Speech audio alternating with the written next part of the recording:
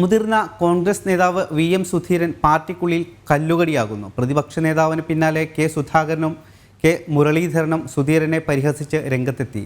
ഏറെ കാലത്തിന് ശേഷം KPCC എക്സിക്യൂട്ടീവിൽ നേതൃത്വത്തിനെതിരെ സുധീരൻ അടുത്തിടെ ആഞ്ഞടിച്ചിരുന്നു. കഴിഞ്ഞ ദിവസം ചേർന്ന KPCC എക്സിക്യൂട്ടീവിൽ ഏറെക്കാലത്തിന് ശേഷം പങ്കെടുത്ത സുധീരൻ നേതൃത്വത്തിനെതിരെ ആഞ്ഞടിച്ചിരുന്നു.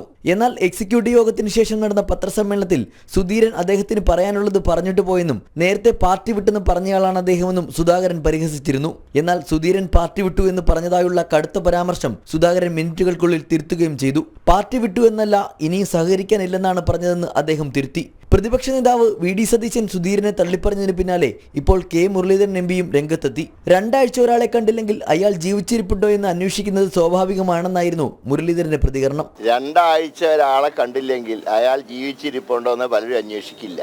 അതിപ്പോൾ എല്ലാവർക്കും ബാധകമാണ്. ഇപ്പം ഞാനും രണ്ടാഴ്ച കണ്ടില്ലെങ്കിൽ ഞാൻ ഈ രംഗത്തുണ്ടോ എന്ന് നിങ്ങൾക്കും സംശയം തോന്നും. അതിനെ ആ രീതിയിൽ കണ്ടാൽ മതി. സുധീരൻ പാർട്ടി വിട്ടുവെന്ന സുധാകരന്റെ പരാമർശത്തിൽ മുരളീധരൻ പ്രതികരിച്ചത് ഇങ്ങനെയാണ്. KPCCക്കെതിരെ സുധീരൻ ഉന്നയിച്ച ആക്ഷേപങ്ങൾ ചൂടുപിടിച്ച ചർച്ചയായതിനു പിന്നാലെയാണ് സുധീരനെതിരെയുള്ള ഗ്രൂപ്പ് നേതാക്കളുടെ കടന്നാക്രമണം. അതേസമയം അയോധ്യ വിഷയത്തിൽ എല്ലാവർക്കും സ്വീകാര്യമായ തീരുമാനം കോൺഗ്രസ് കൈക്കൊള്ളുമെന്നും മുരളീധരൻ വ്യക്തമാക്കി. കോൺഗ്രസ് പറഞ്ഞിട്ടുള്ളത് ഞങ്ങൾ തീരുമാനം എടുക്കും. ഇതിൻ്റെ അകത്ത് എല്ലാ വിശ്വാസികളും ഉണ്ട്. അതുകൊണ്ട് തന്നെ ഒരു തീരുമാനം എടുക്കുമ്പോൾ എല്ലാവർക്കും സ്വീകാര്യമായിട്ടുള്ള തീരുമാനമാണ് ഹൈക്കമാൻഡ് എടുക്കുക.